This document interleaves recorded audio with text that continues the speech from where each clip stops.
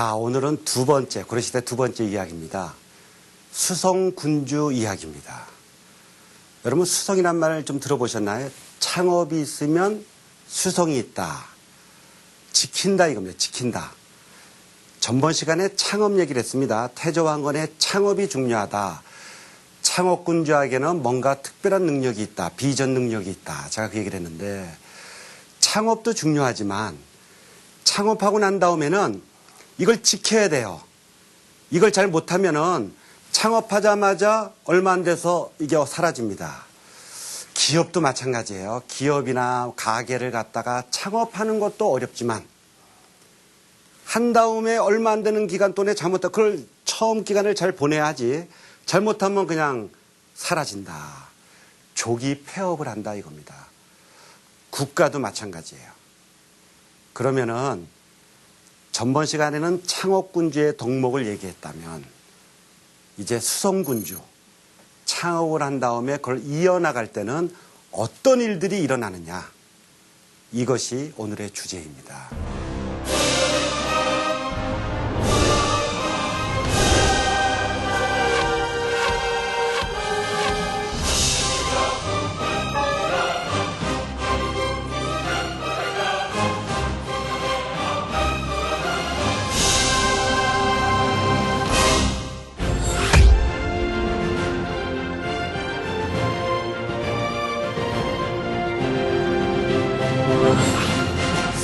태조왕건한테는요, 29명의 부인이 있었다고 전번 시간에 얘기했습니다. 거기서 34명의 자녀가 나왔는데, 제1부인은, 첫째 부인은 아쉽게도 자식이 없었어요.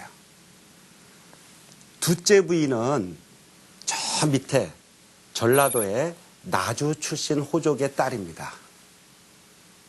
그 호족의 딸하고는 아주 인연이 재미있는 일화가 있어요. 완사천이라고 그래가지고 우물이 있는데 태조왕건이 나주 땅에 갔을 때 그 우물에 가가지고 목이 말라서 이제 물 한 컵을 갖다가 먹으려고 그러는데 마침 그 둘째 부인 되는 사람이 물을 깃고 있다가 물을 떠줘가지고 인연이 됐다. 그래서 지금 나주에 가면은 완사천 그래가지고 그 부인이 장하왕후 오씨거든요. 그래서 유적지로 잘 보존이 되어 있습니다. 어쨌든 그분이 이제 둘째 부인인데 문제는 그 나주 호족 오씨 집안이 이렇게 뭐 강성한 집안이 아니에요. 호족치고는 세력이 약한 집안이었습니다. 첫째 부인은 호족이 셌지만 자식이 없었고 둘째 부인은 아들이 있었는데 그래서 아들을 낳았어요. 아들을 낳았는데 집안이 호족이 좀 약했습니다. 그 다음에 두 번째, 세 번째 아들은 어떻게 되냐면 충주호족. 충주라는 건 그 당시에 가장 큰 호족이었어요. 해가지고 충주라고 하는 것이 우리 국토에 보면은 정 가운데 있습니다. 그래서 세력이 셌어요. 그래가지고 충주호족에게는 둘째 아이, 셋째 아이, 왕자가 2명이 나왔는데 태조왕건이 걱정을 해가지고 이걸 누구를 왕위로 할 것이냐. 자기도 알았어요. 원래 첫째 아들이 이제 아들로 볼 때는 그 나주 출신 그쪽 왕비소생의 아들을 시켜야 되지만 집안이 약하니까 나중에 문제가 있을 것이다. 걱정은 했지만 그래도 첫째 아들을 시켜야지 문제가 없을 거 아니냐. 그래서 신하한테 잘 부탁을 하면서 이 사람을 좀 잘 돌봐줘라. 태자를. 그렇게 해가지고 왕위를 계승해서 그 사람이 제2대 해종입니다. 해종. 근데 태조왕건의 걱정이 적중을 했어요. 왕은 됐지만 이 둘째 아들, 셋째 아들, 이 충주 호족 이쪽 세력하고 그 아들들이 힘을 믿고서는 해종한테 막 대드는 거예요. 해가지고. 그래서 해종은 항상 신변의 위협도 느끼고 주변에 잠도 잘 못 자고 쳐들어올까봐 걱정하다가 스스로 병이 걸려가지고 시름시름 앓다가 일찍 죽어버렸습니다. 그래서 자연히 왕위는 아까 말한 충주호족, 첫째 아들한테 돌아가는데 그게 3대 정종이에요. 근데 이 정종도 마침 그 밑에 동생한테 치여가지고 우리 좀 그런 게 있잖아요. 동생이 더 뛰어나. 그래가지고 같은 그 어머니에서 나왔지만 왕위를 다퉈가지고 이 3대 정종도 항상 신변을 걱정하고 그 다음에 제대로 정치를 못 피다가 더 일찍 죽어버렸어요. 몇 년 안 돼가지고. 그래서 제4대 왕이 그 충주호족의 둘째 아들 광종한테 왕위가 넘어가게 됩니다. 자, 여기에서 강종 때의 수성군주의 모습, 엄청난 일들이 일어나게 되는데 오늘은 광종의 이야기입니다. 제가 호족들하고 태조왕건의 뛰어난 리더십이 뭐냐, 호족들하고 잘 지낸다, 호족들하고 같이 혼인정책을 해가지고 서로 대등하게 하면서도 인정해준다 그랬습니다마는, 여러분 그 창업할 때는, 나라를 세울 때는 모든 사람을 다 받아들이는 거야. 포용하는 겁니다. 포용하는 게 굉장히 중요한 덕목이에요. 미래에 대한 비전을 갖고서는 모든 사람을 다 받아들이지만, 나라를 세우고 난 다음에는 그 다음에도 새로이 나라를 세워가지고 왕이 됐는데 신하하고 맞먹는다? 이건 안 되는 거죠. 나라를 세울 때는 여러 가지 주특기가 있는 사람들을 다 받아들이고 필요한 사람 다 받아들여가지고 왕조를 세우지만, 나라를 세우고 난 다음에는 신하들은 뭐가 돼야 되냐면 예스맨을 원하는 겁니다. 왕은 이렇게 해라 그러면은 예스, 이게 지켜져야 되는 거예요. 그런데 태조왕건이 나라를 세우는 데는 공헌을 했지만, 그러다 보니까 너무 호족하고 연합정권을 하고 호족하고 잘 지내다 보니까 호족들이 말을 안 들어요. 나도 공을 세웠다, 나도 태조왕건하고 잘 지냈고 뭐 술도 마셨고, 나도 내 딸하고 같이 결혼도 시켰고 내가 장인어른이다, 이러니까 왕권이 안 서요. 왕권이. 그거를 2대 해종, 3대 정종은 잘 못하다가 광종 때 와가지고 준비 기간을 거치면서 칼을 빼드는 겁니다. 그래서 어느 나라나 창업을 하고 난 다음에는 조금 지나면, 몇십 년 지나면은 어떤 사람이 나타나가지고 그 군주가, 참 이런 말은 뭐한데, 피해 숙청을 하는 거예요.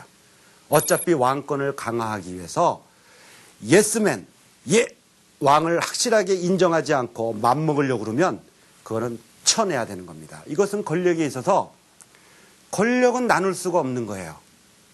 왕의 권위가 서야 되는데, 그래서 태조왕건에 의해서 나라는 세워졌고, 그 다음 단계는 뭐냐, 기본적으로 왕권을 위로 해가지고 착착착착착착 신하들이 서열이 갖춰져야 된다. 그런데 그 과제를 누가 수행했느냐? 광종이 했다.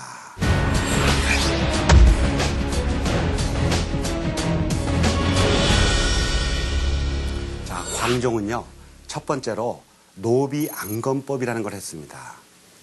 여러분, 그 노비안건법, 노비는 알 것이고 안이라는 건 뭐냐면 살핀다. 노비를 잘 살피는 거예요. 검사한다 이겁니다. 노비를 잘 살펴서 검사하는 제도를 만들었어요. 이게 뭐냐? 그 당시 호족들이 불법으로 많이 노비를 자기 마음대로 하고, 양민도요, 농민들도 권력을 이용해 가지고 자기한테 노비로 소속을 시켰어요. 그래서 그 당시 호족들은 뭐 공신이니까 태조왕건하고 같이 많이 지냈으니까 뭐 음으로 양으로 굉장히 노비를 많이 소유했습니다. 그래서 강종이 이 정책을 핀 거예요. 자, 우리 억울한 사람을 보살펴 주겠다라는 명목하에서 검사를 하는 거야. 너 처음서부터 노비였냐? 조사해봐. 원래 농민이었잖아. 해방. 이런 식으로 하나하나 검사해가지고 기본적으로 노비를 해방시킨 겁니다. 그것의 목적은 뭐냐면, 억울한 사람을 갖다가 돌려주는 것뿐만이 아니라 그만큼 호족의 세력을 갖다가 약화시키는 거죠. 이게 해가지고 첫 번째 정책을 쳤고, 두 번째는 대표적으로 새로운 인재를 필요하겠다. 그래서 과거제도를 한 겁니다. 원래 관리가 누가 했냐면, 그 당시는 뭐냐면 호족의 자식들은 자연히 관리였어요. 자기가 국가에 공을 세웠고 하니까 호족의 자식들은 자연히 다 높은 벼슬을 하고 자연히 이제 그 벼슬을 했어요.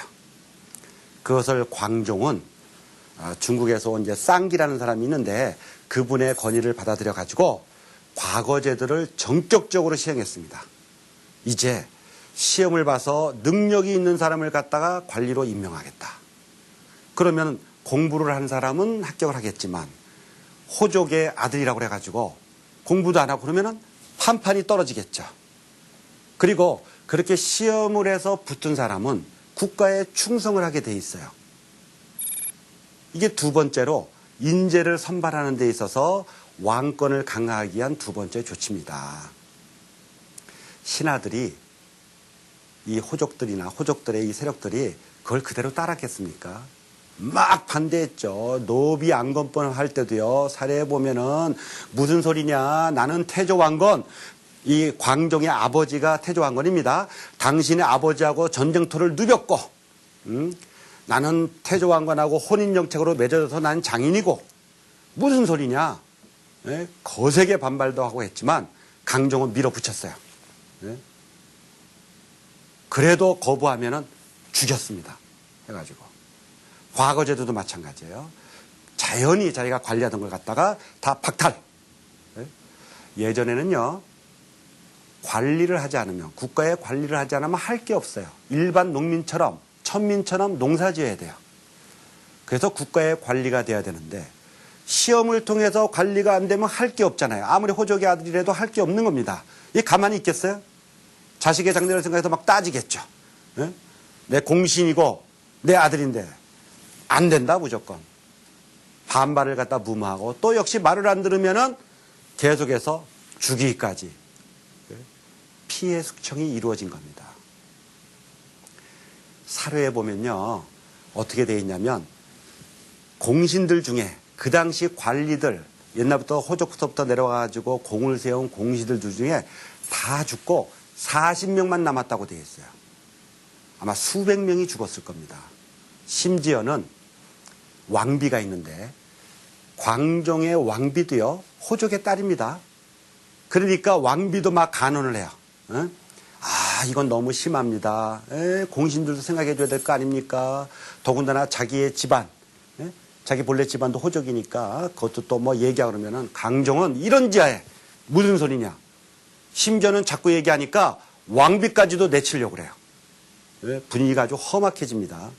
강종은 그런 과단성 있게 밀고 나가면서 노비 안건법과 과거제도를 시행하고요. 이것은요.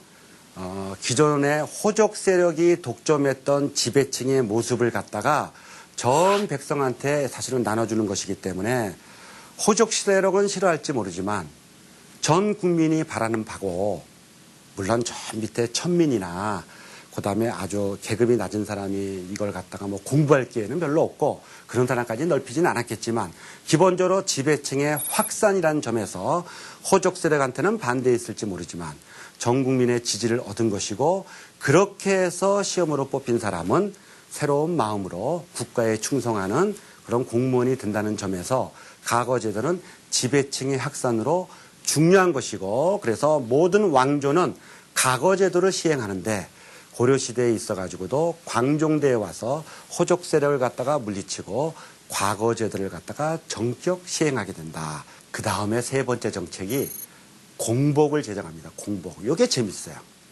공복이라는 게 뭐냐면 국가 관리의 복장이에요. 복장. 여러분이 요즘도 TV 사극에 보면은 신하들이 아무 옷이나 입고 오지 않잖아요. 나처럼 뭐 기분 내고 나는 멋 내고 오는 거 아니지 않습니까? 예? 빨간색, 파란색 해가지고 이 복장을 하고 오잖아요. 쭉 늘어서 가지고. 요게 국가의 공식 복장, 공복이라고 그래요. 공복. 예? 공식 복장이다. 그래서 광종이 공식 복장을 처음 만든 거예요. 4가지를 만들었어요. 등급에 따라서. 예? 그래서 제일 처음이 이제 자색. 자색은 이제 빨간색에서 조금 검은색이 좀 낀 자색. 그 다음에 빨간색.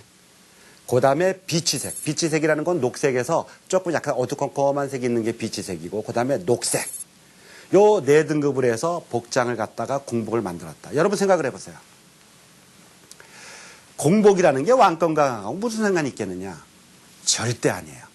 무슨 얘기냐면은 노비 안건법을 하고 과거제도를 한 다음에 말을 안 듣는 사람은 피해 숙청을 한 다음에 공복제동한 것은 마지막 마침표예요. 마침표. 무슨 얘기냐면 너 나한테 예스맨이 되라. 그래서 내가 만든 복장을 입고서 순서대로 서라. 그렇지 않으면 나가라. 아니면 죽어라. 이런 메시지입니다. 그러니까 자기가 관료가 되고 싶고 거기에 순응을 하면은 그 공복을 입고서 가가지고 왕 앞에서 조아려야 돼요. 복장을 입고. 이건 엄청난 선택입니다. 이것 때문에 또 반대하는 호적이 많았어요. 내가 뭐라고 그거 갖다가 이렇게 자기가 만든 옷을 입고 순서대로 서가지고 당신 앞에서 이렇게 머리를 조아리냐. 그러한 신하들은 또 가차없이 숙청을 한 겁니다.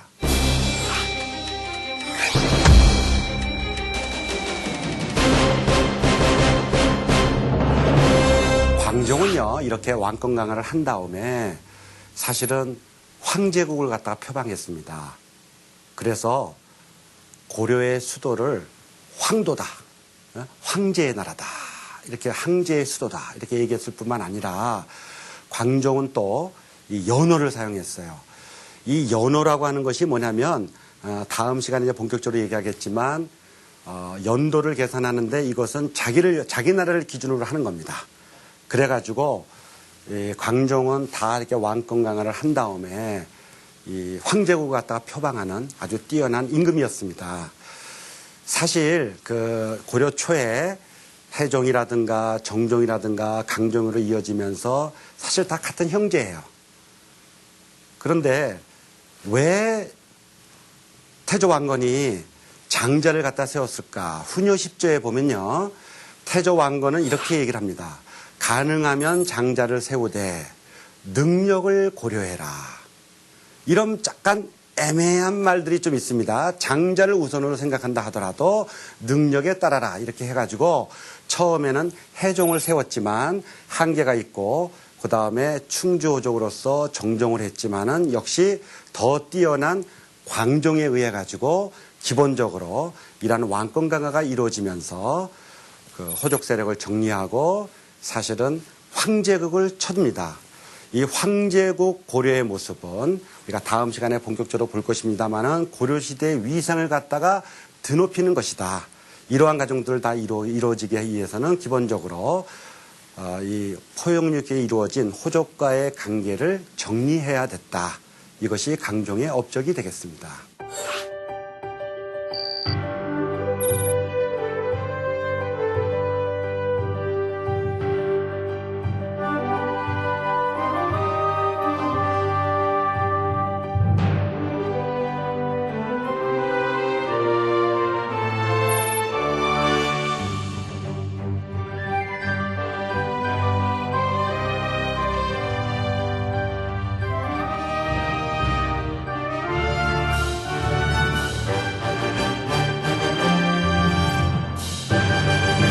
여러분 삼국지도 마찬가지고 삼국지에 버금가는 가장 재미있는 일화가 있는 게 뭐냐면 초안지라고 있어요.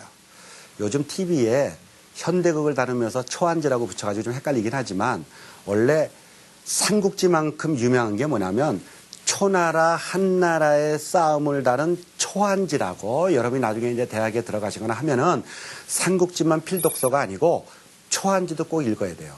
영웅들의 이야기입니다. 진정한 영웅은 뭐냐? 내가 전번에 얘기했지만 비전이 있는 사람과 없는 사람. 또 하나는 창업을 한 다음에 수성이 어떻게 됐냐를 보여주는 게 초안지인데 초나라에 항우라는 사람이 있었고 한나라에 유방이라는 사람이 있었어요. 이 두 사람이 대표적으로 영웅이었고 초나라 한나라가 천하를 놓고 싸우는 겁니다. 뭐 이 얘기를 길게 할 시간은 없지만 기본적으로 항우는 백전백승이에요. 한 번도 유방한테 진 적이 없어요. 딱 한 번 졌어요. 그게 마지막으로 져가지고 끝장난 겁니다. 사실은 그것도 요약을 하면 유방은 기본적으로 뒷시대를 볼 수 있는 비전이 있었기 때문에 신하를 갖다가 포용해가지고 각각의 능력 있는 사람을 받아들여서 이긴 것이고요. 마지막에 역전을 시킨 거고요. 항우는 뒷시대에 대한 앞으로 시대한 비전이 부족했기 때문에 자기의 힘만 믿은 거예요. 1대1로 싸우면은 절대 이 유방이 못 이겨요.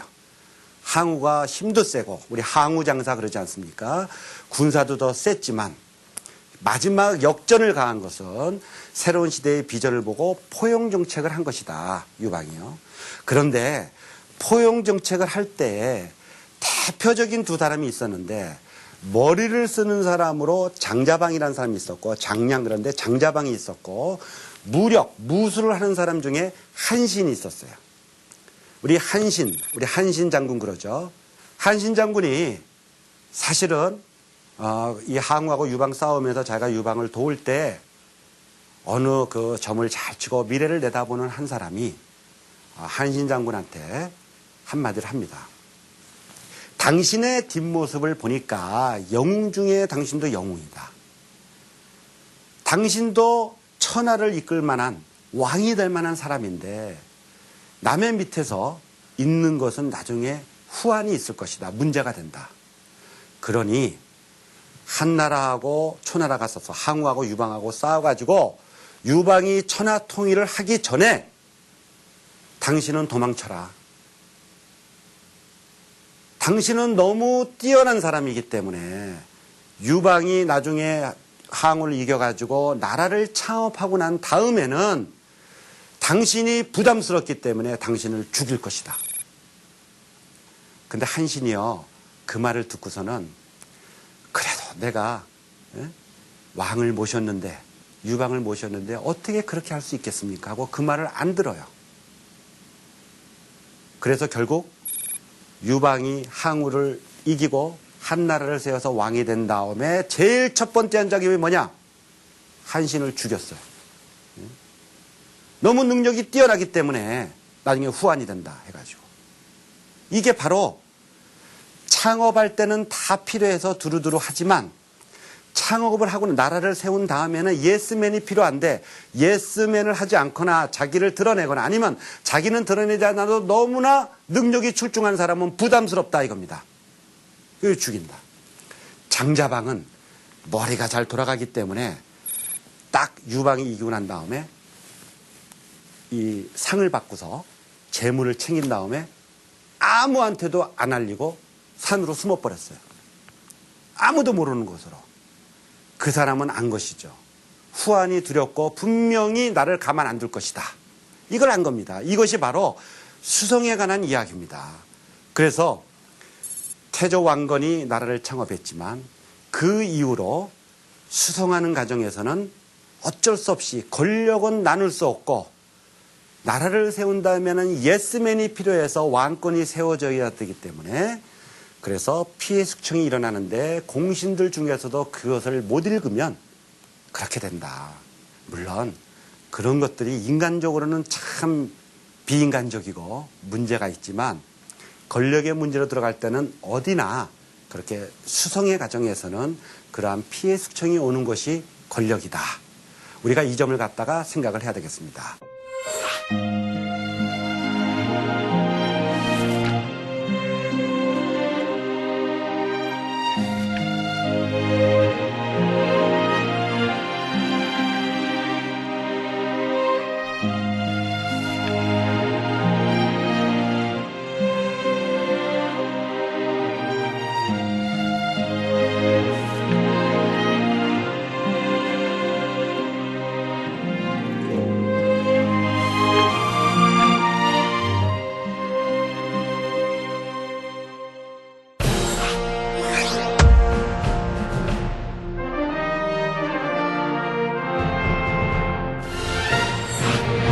광종이 수성의 과정을 제대로 했다. 그 다음에 어떤 변화가 일어났을까요? 우리가 그 점을 봐야 되는데 재밌는 변화 하나는 이 왕이 계승하는 사람을 왕이 있으면 왕위의 후계자를요 태자라고 그랬어요. 태자. 조선시대 때는 세자라고 그랬지만 고려시대는 태자. 그러면 이게 다 왕위 계승권자예요. 근데 고려시대는 이 태조 왕건 시절에는요 부인이 29명이라고 그랬잖아요.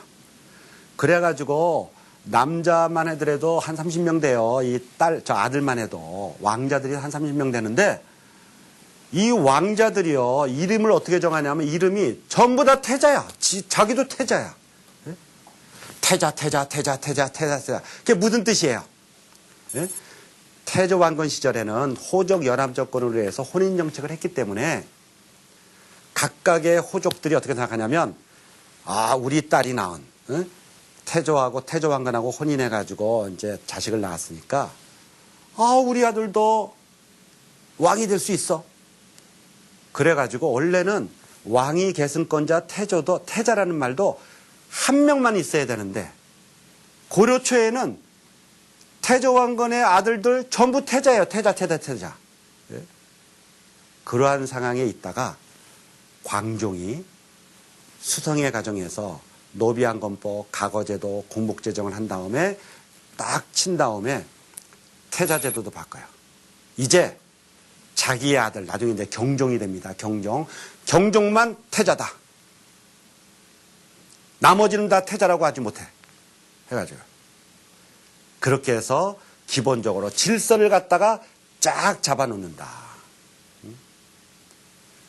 두 번째는요, 사실은 이게 잘 안 알려진 거지만 엄청난 정책을 하는데, 두 번째는 뭐냐면은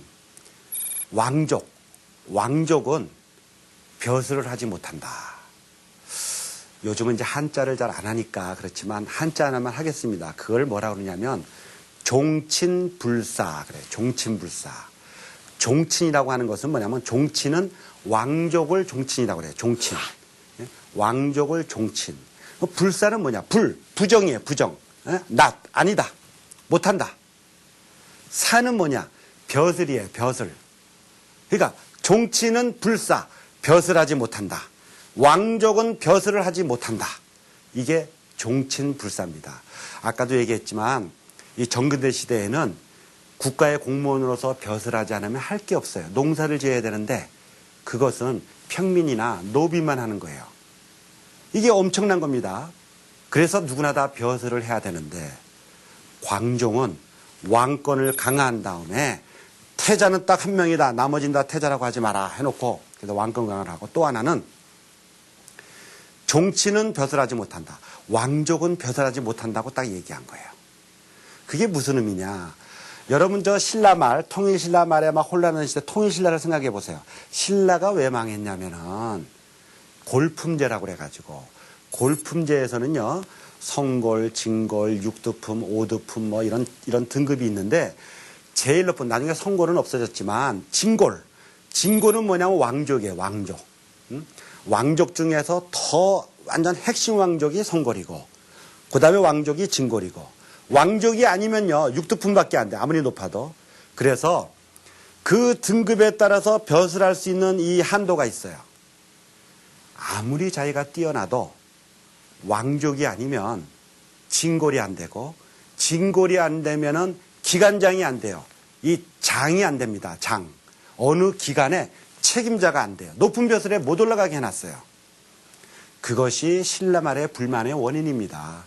신라말에 제일 뛰어났던 인물이 최치원이라고 하는 인물인데, 이분은 공부도 잘해가지고 당나라에 가가지고 과거 시험에 급제를 했고, 장원급제했고, 그 다음에 중국에서 많은 당나라에서 문제가 났을 때 글도 잘 써가지고 그 글로 인해 가지고 난리도 평정을 했고, 그래서 당나라에서 아주 이름이 아주 요즘으로 치면 미국 유학을 일찍이 가가지고 미국에서 이름이 막 자자하게 난 사람이에요. 그리고 벼슬도 했어요. 당나라 벼슬도 했어요. 미국에서 좀 벼슬한 거나 마찬가지예요. 그런 사람이 신라에 와가지고 내가 이제 국가를 위해서 일해보겠다 했더니, 당신은 왕족이 아니니 육두품이야. 왕족이 아니기 때문에 기관장을 못한다. 잘해야 한 기관에 차관밖에 못해.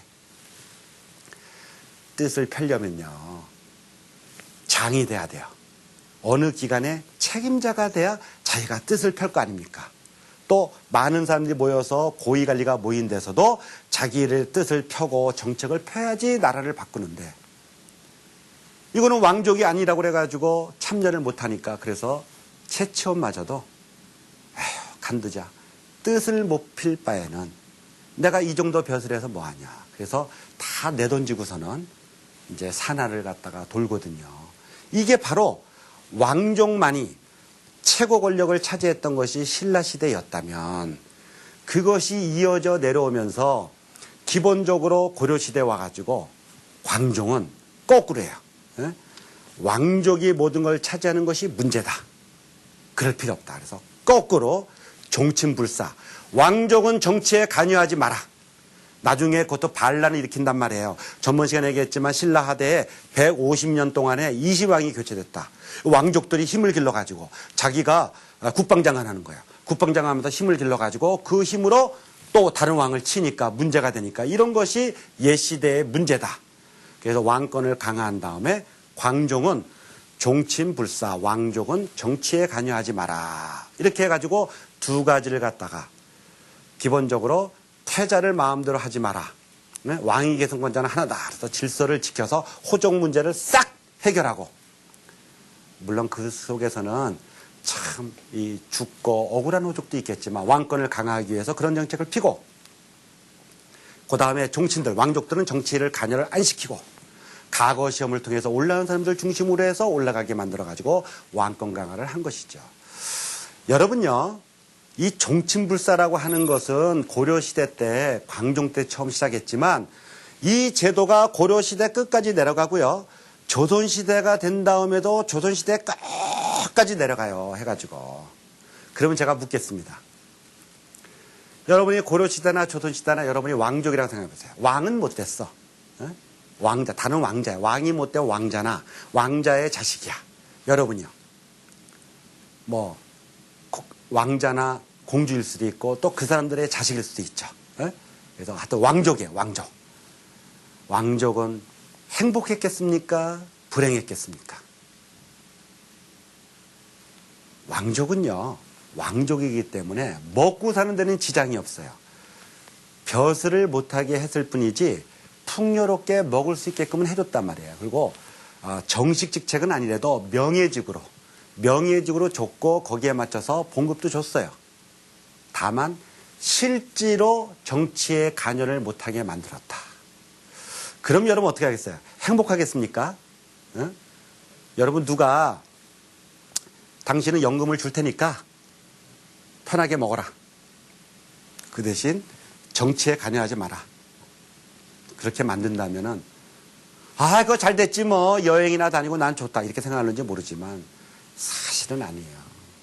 물론 그거를 좋아하는, 그래서 맨날 술 먹고 뭐 이런 사람도 있겠지만 사람이라는 건 뜻을 펴야 돼요. 뜻을.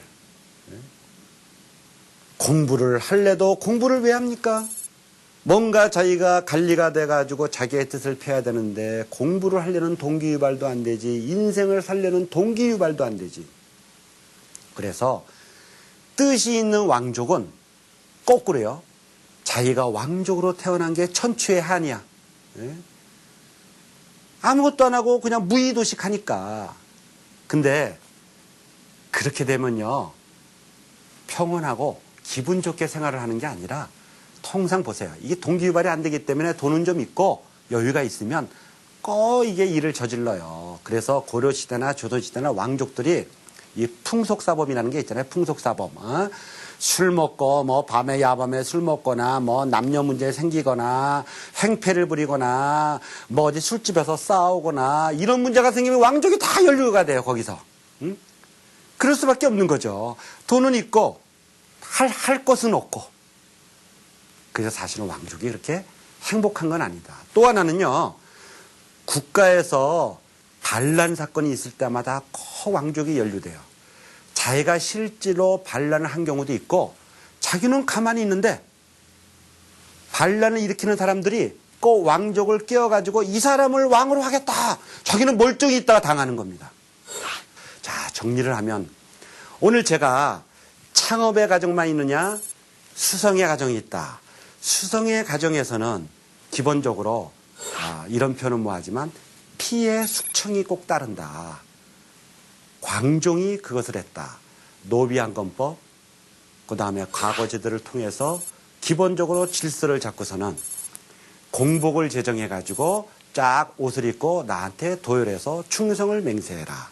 거기에 반대하는 사람을 치는 바람에 사실 고려가 단단해진 것이고 그거를 기하로 해가지고 기본적으로 아무나 태자라고 칭하지 마라. 이제 왕위 계승권자는 한 명이다. 그리고 왕족들은 정치에 관여하지 마라. 이러한 두 가지 메시지로 고려를 이끌었습니다. 여러분 지금 회사에서도 보면 오늘날도 뭐 공동대표가 있다. 뭐 이런 얘기도 하고요. 기본적으로 우리가 공동이라고 하는 거 이게 참 어려운 겁니다. 물론 지금도 뭐 회사를 공동대표로 하거나 정당을 공동으로 하거나 해가지고 잘 운영되는 사람 정말 훌륭한 사람이에요. 그런데 실제로는 권력을 나누기는 어려운 겁니다. 더군다나 창업을 한 다음에 창업군주가 기본적으로 포용을 한 다음에는 누군가는 악역도 해야 되는 거고 미래의 비전을 갖고서는 사실은 질서를 잡기 위해서 쳐야 되는 것입니다. 그것이 수성군주의 역할이고 고려시대에 있어가지고는 4대 광종이 했고 조선시대의 경우에는 3대 태종이 했고 그 다음에 초나라 한나라도 마찬가지고 삼국지도 여러분 잘 읽어보시면 창업의 과정입니다마는 창업을 하고 나서 어떻게 수성을 하는지까지를 보아야 우리가 역사를 제대로 이해하는 것이다. 오늘은 여러분과 같이 광종을 중심으로 해서 창업 이후에 수성군주 이야기를 갖다가 해봤습니다.